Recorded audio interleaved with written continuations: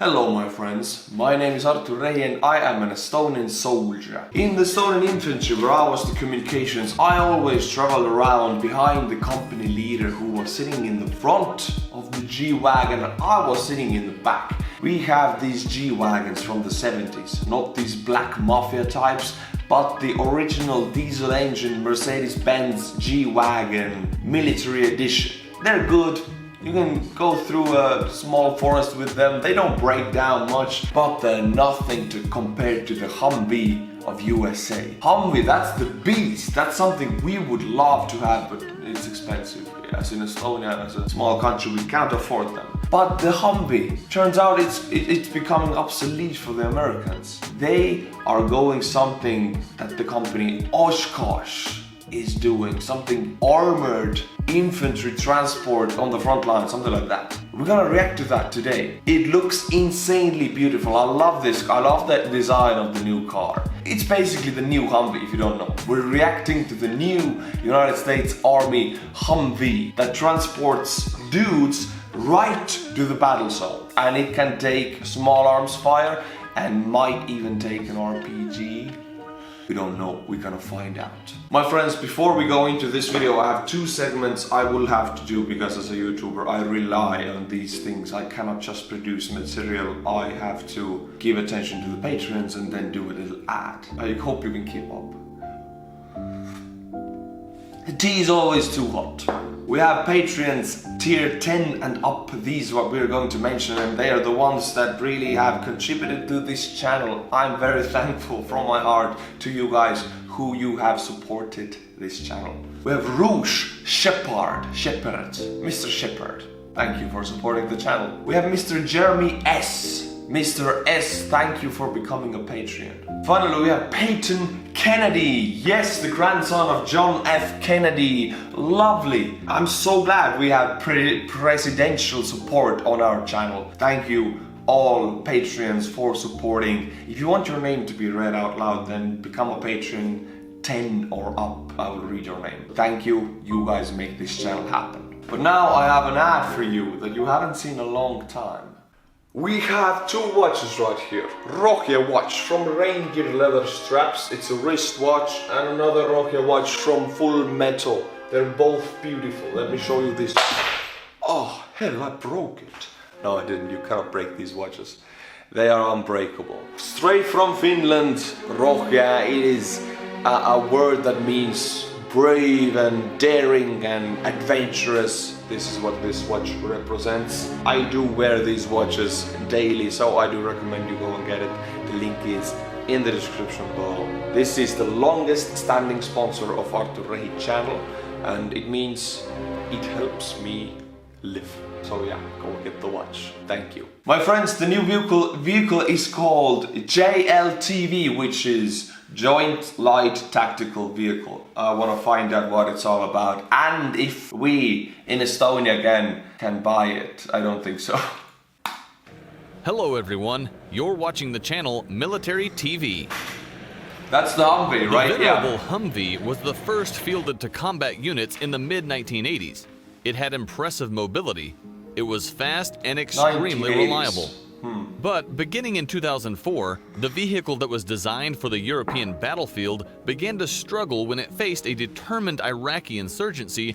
Yes, it's designed in the Cold War. The war happens in Europe mostly, but if you design it for Europe, which doesn't have deserts and rocky ground, and you go to Iraq, Iran, Afghanistan, it's a different story, right? Because I think our G-Wagons that are already cheaper and less reliable than the Jeeps, they would die in Iraq. I don't think they would survive.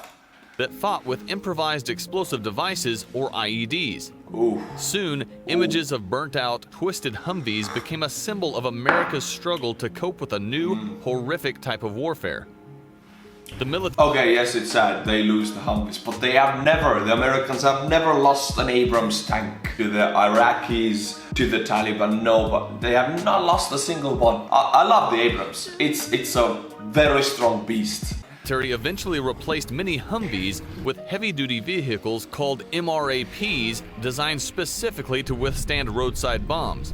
But they were slow, top-heavy, and Yeah. had limited capability off-road. That's not the thing, yeah. While many short-term efforts to protect troops were launched, the Pentagon was determined to develop a long-lasting solution.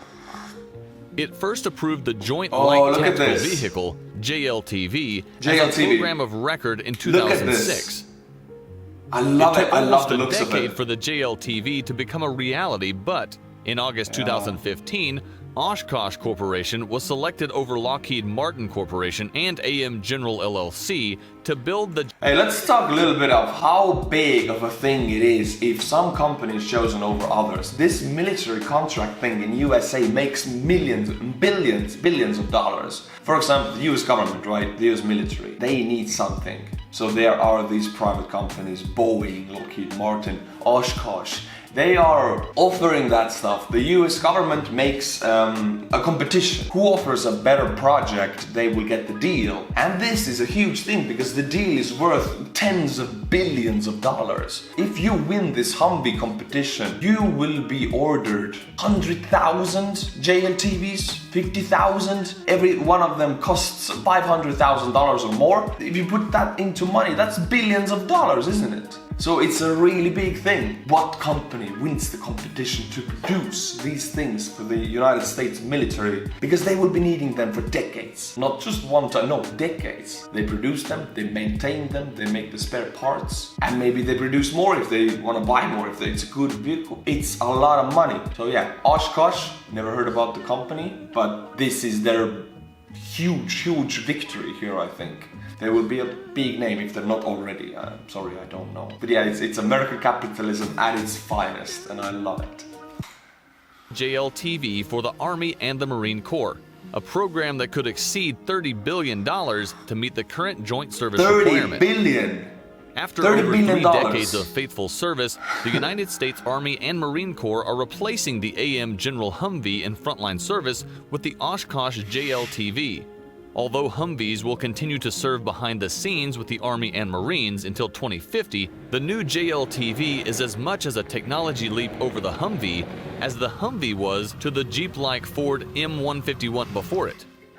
It's not just that JLTV can easily negotiate any type of terrain and is many times more reliable than any comparable vehicle, See the suspension, but it can take a hit from enemy small arms, machine guns, or rockets and keep fighting. Rockets, it can take an RPG. Yes, Humvee cannot. Humvee's going down. The RPG comes in, that thing is destroyed. But this can take an RPG, which is so important. That's one of the biggest weapons the enemy has, you know, Taliban and Al-Qaeda. If they're fighting on the field, that's the biggest weapon they have. Is an RPG. You need to be able to protect yourself from it, especially when US Marines and Army are driving the close proximity of enemy in these. This is the last means of transport because before they go on foot. So this needs to be strong, and Humvee is not able to take the RPG. And of course it's packed with men. It has like 7 to 8 dudes in it. And if an RPG hits and it cannot take the hit, you have 7 coffins. That core requirement of its design emerged from a decade of fighting insurgents in Southwest Asia, where the Army constantly encountered threats that nobody had expected, like improvised explosive devices under the vehicle or shaped charges striking from above. According to RealClearDefense.com, the JLTV is designed to be a partial replacement for the venerable high-mobility multi-purpose wheeled vehicle, or Humvee. With a more powerful engine than the Humvee, the JLTV is able to regain the mobility and speed that were lost when the Humvees were up-armored in order to add protection against IEDs. The JLTV is intended to perform a range of missions, including moving supplies and personnel, and serving as a platform for close combat weapons such as anti-tank guided missiles and heavy guns. JLTV is a big program. The Army recently announced that it was advancing the JLTV to full-rate production and plans to replace around half its Humvees, around 49,000 vehicles, 49,000 with JLTVs. 49,000 of these will be ordered at the first patch, and I think if it's a good vehicle, they will order more. Maybe some of the people might think, oh, this is not a weapon, this is boring video. But for me, I was always in a G-Wagon. Half of my military service was actually in one of those cars, only we had G-Wagons, military versions. And I had to sit in the back of that car. It's tiny, it's freaking tiny, I'm a huge, I'm 6'4". I sit back there, I have two calls like that. I'm talking to one, talking to another. There's weapons everywhere. Car goes like the boom boom up and down. It doesn't block any bullets. It's soft metal. You can shoot through that car with a pistol. If I would be sitting in the back of this car doing my communications, believe me, the company that I am communicating would win the battle, because I would feel safe and I could actually focus on the communication, not have to put all my gear everywhere, hold it intact, hope that I'm not hitting my head because the car is going like that. You know what happened many times, you know, if the car goes like that and you're in the back there, your weapon has to be close to you. We usually put the weapon, like the stock goes to the ground and you hold the barrel like this here, so it doesn't bounce around. Sometimes it goes like that and the barrel goes like that. You can lose your tooth. Some of us did lose their teeth. All of these small things are hindrances. You cannot focus on fighting, you cannot focus on communicating. If I would have had that vehicle, really big thing, your company is only as good as your communications. And if they cannot communicate because of these small hindrances, you don't know where you are, you don't know where the next company is, where the enemy is, because that happens through communication. This vehicle is really good. I love it. This is a big thing, it's not a small thing. The Marine Corps decided to nearly double the size of their planned procurement of JLTVs from 9,000 to around 15,000, completely replacing their current inventory of Humvees. Moreover, the it's adjustable suspension on a military vehicle. What the hell? This is civilian luxury adjustable. How can you make adjustable suspension and make it durable? Up the mountains, like, I think this suspension system might break. They're not very durable. I don't know how they are going to make it last. This is luxury. For the soldier on the ground, this thing is luxury. JLTV has already achieved initial operational capabilities with the Marines 2 years ahead of schedule. The JLTV is based around Oskosh's TAK-4I, I for intelligent, independent suspension system. Around 26,000 military vehicles are fitted with an earlier version of the system, these including the Oskosh Medium Tactical Vehicle Replacement, Oskosh Logistic Vehicle System Replacement, and Oskosh MRAP All-Terrain Vehicle. The TAK-4 system has also been retrofitted to the Force Protection Incorporated Cougar and BAE Systems RG-33 MRAPs. Do they have touchscreens inside? Whoa! You know, the transport that transports men and soldiers to the front lines, it has to be really damn robust. It takes the beating, it takes RPG, light machine gun fire, it takes AK-47 fire, it takes IEDs, it takes rocks on the ground, trees that it has to cut through. It has to be really, really tough and rough and ready to go. This one has adjustable suspension and touchscreens. I mean, I love the design and everything, but I'm not sure about this. This company has to make miracles to make these touchscreens and adjustable suspension work in the roughest of conditions. Because this is luxury. For the civilian world, you have touchscreen, it's a good luxury car, right? But if you put that in a car that takes the beating every hour of its life, how are these things going to work? If there's dust everywhere, moisture everywhere, mud everywhere, it's on the touchscreen, how are you going to operate that touchscreen? Everything is covered with blood, mud and dust. You need to be operating this touchscreen. So I would prefer buttons. The majority of systems to date have been coil sprung.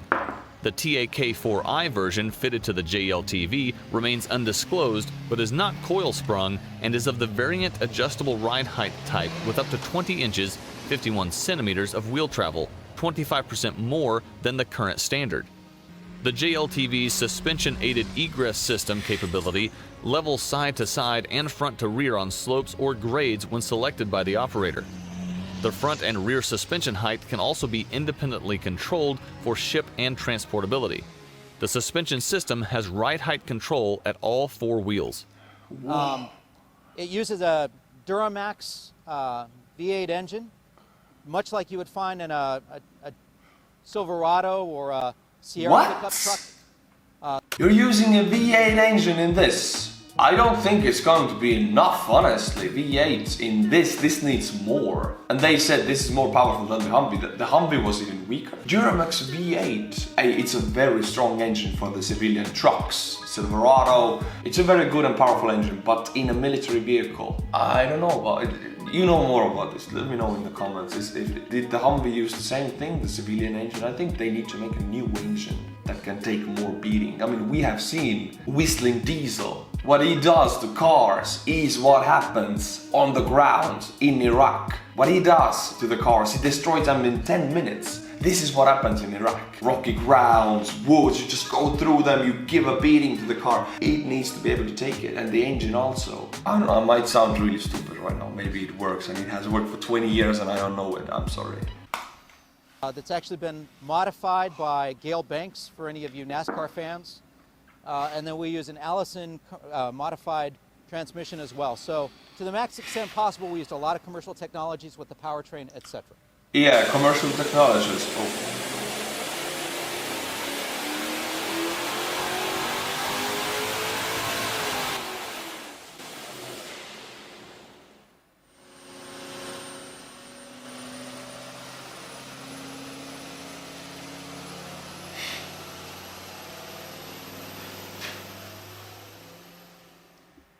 Motive power is provided by a digitally controlled Gale Banks Engineering 866T V8 diesel.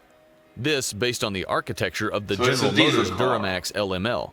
Power output is 340 horsepower. In commercial use, power output of the standard Duramax LML engine is currently up to 397 horsepower, 296 kilowatts at 3,000 RPM.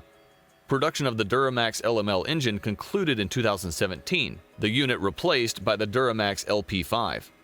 JLTV A1 models that were introduced in 2017 are powered by a derivation of this engine, an Allison 25... I have a question. You guys know you have trucks in America. Is this a reliable engine in the civilian world? Because if you guys say no, it's not, then what are we doing here? This needs to be the strongest engine ever to be put in a car. The lives of men inside it depend on this engine. It's not like the civilian role. It's Iraq or Afghanistan in the future. Bullets are flying, and if the engine overheats or dies or breaks a piston valve, whatever, the dudes might be trapped on the battlefield and get an RPG hit. Let me know, is this the strongest engine you have ever seen?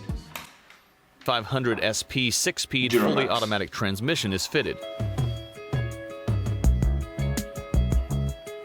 The JLTV has been designed to comply with the U.S. Army's long-term armor strategy.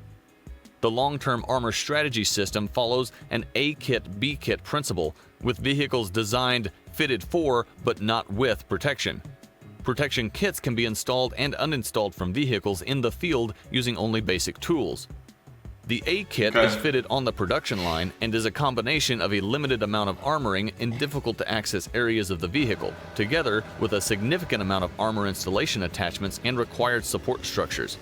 The bulk of the armor, the B-kit, is installed in the field on an as-required basis.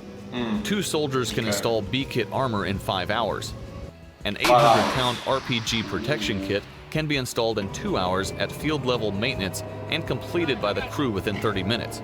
Okay, RPG protection kit is a separate armor installment, and it takes 30 minutes by 2 soldiers, I think. So it's not RPG proof, but you can install it with 30 minutes. So of course, if you would go to Afghanistan or Iraq, those dudes have RPGs behind every damn bush. You need to install that stuff. I would prefer that it comes RPG proof out of the factory. And if you want to take something stronger, then you install something. But I guess maybe it would be too heavy, or I don't know why they didn't do it right off the bat. The JLTV offers protection levels greater than those of up-armored Humvee and comparable to those of the original MRAP class designs, but in an overall vehicle package that is considerably smaller and lighter than vehicles procured under the U.S. Marines MRAP procurement. It's going over rocks like that. The benefits of the A-kit, B-kit principle are that armor is only fitted when required, reducing vehicle wear and tear and, by default, whole life cycle costs. Improvements and/or upgrades to armor are also far easier to integrate into an applique solution. No quantity for JLTV armoring kits has yet been disclosed, but it's anticipated that the estimated $65,000 kits will be procured on a 1 kit to 3 vehicle basis. The 1 kit to 3 vehicle and 1 armor kit that is RPG proof. You have to install it. It takes 30 minutes or 5 hours, whichever one it is. That costs $65,000. That's a brand new F-150 or Silverado even, I think. In Estonia you don't get both of those cars because they are a utopia for us here in Europe. But in America you get those cars for that, and that's only the armor for this car. So all of this stuff is so expensive, so damn expensive. The overall protection will include a spall liner to minimize perforation effects within a vehicle when the vehicle takes hostile fire. The JLTV also has an automatic fire extinguishing system to protect the crew cabin. Fuel tanks are mounted externally and shielded by the JLTV structure. Each crew seat has a combined seat and blast restraint device. Ingress time for a crew of 4 in combat equipment is 30 seconds or less. Egress with B-kit doors is within 10 seconds. The only weight-related data officially released includes a gross vehicle weight of 10,266 kilograms. Payload for the 2-door... 1 vehicle weighs 10 tons, and that is supposed to be power-trained by the Duramax V8. 10 tons. I don't know how many pounds it is, but it's a gazillion pounds of weight for you Americans. And a V8, at a minimum it needs a V12. At all, a civilian engine. Make it a jet engine or something. That's the absolute maximum capability that the civilian cars that have the Duramax V8 are allowed to tow. What is it, 6,000 pounds? Combine the car and the trailer it's towing, it's not combined even 10 tons. And that's the Duramax engine in the civilian cars, and they put it in here, and the car itself already weighs more, it weighs 10 tons. There's an error for me here. I think the engine should be something different, much more powerful, much more durable maybe. And I apologize if I make a huge mistake talking like this. I'm not a car expert, but it's just, for me, I've been in this situation. I've seen how these cars break down. What will happen if the engine dies? People will die. Open this up for me in the comments, please. Variant is quoted as 2,318 kilograms. Payload for the 4-door variant is quoted at 1,590 kilograms. Okay. The USMC require a vehicle that can be transported by their current and planned systems. In April 2009, Marine Corps Command General James Conway warned that the Marines will not buy a vehicle that is 20,000 pounds. Yeah, Requirements called for the cabin heater to raise the crew compartment temperature from -40 degrees Fahrenheit, -40 degrees Celsius, to 65 degrees Fahrenheit, 18 degrees Celsius in 1 hour. The air conditioner should drop the temperature from 120 degrees Fahrenheit, 49 degrees Celsius, to 90 degrees Fahrenheit, 32 degrees Celsius within 40 minutes. 32 degrees Celsius, it's hot, you cannot fight in this condition. 32 degrees Celsius, you're gonna die from overheating. You need 18 Celsius. This air if they fight in Iraq with it, if they fight in Afghanistan in the desert, it needs to have a killer air conditioning and it needs to be lighter. I am not criticizing here, I'm just putting my own info in it. I love the car, I love how it looks, but this is a weak point for me. It's so damn heavy, and the AC, which is very important, because if you are hot, you cannot think, you don't know where the enemy is, you need to improvise, adapt, overcome, and if it's too hot, your brain doesn't work to improvise and adapt and overcome. It's a very important decision. 32 Celsius, not good enough, man. Take it 10 more degrees off, 20 Celsius, then we can breathe and then we can fight. The JLTV was to be equipped with a diagnostic monitoring system that will electronically alert the operator of equipment failures so that they can be fixed. The electronic monitoring will observe the fuel, air intake, engine, cooling, transmission, energy storage, power generation, and vehicle speed, as well as other systems. JLTV is transportable by sea, rail, and air. The JLTV is transportable on all classes of ocean-going transport ships with minimal disassembly. It was required to be rail transportable on CONUS and NATO country railways. air transportability. Yeah, that is very important for me as an Estonian, you heard. On NATO and EU railways, how we would get these vehicles in Estonia if Russia and Putin would go haywire. They would fly them into Germany, Ramstein I think, and then they would come in through railways. That's how the Abrams tanks came in, that's how NATO soldiers and heavy armor comes into Estonia. On the track, on the railway track. So if these are not railway compatible, I mean, if you cannot load them on trains, that's what I mean, we cannot have them. And how are NATO going to reinforce Article 5, that they're going to protect Estonia? They need to be railway compatible. And I'm so glad they are. With everything I have said, if this vehicle is on our side, these things that I've criticized are only minor things compared to if we wouldn't have this vehicle. Of course, I like this vehicle on our side, I love it. Please bring it to Estonia by the thousands. I will feel safer. Please, Joe Biden, just send them all to Estonia. Left. Will you shut up, man? Listen, who is on? So send Abrams, send these JLTVs, and send some A10 Warthogs also. My friends, this was the video. How do you like the new Humvee, the JLTV from Oskosh? There are things that I criticized, but I think overall it's better, definitely better than the Humvee. It's definitely better than my G-Wagon experience. So yeah, good job, America. Send them to Estonia. Thank you for watching, my friends. Thank you for becoming Patreons. Thank you for allowing me to do this as a job. I love being a YouTuber. I love America and Estonia. I love the fact that we're allies. Thank you for allowing me to do what I love. And as always, my friends, until my next video, stay cool and bye bye.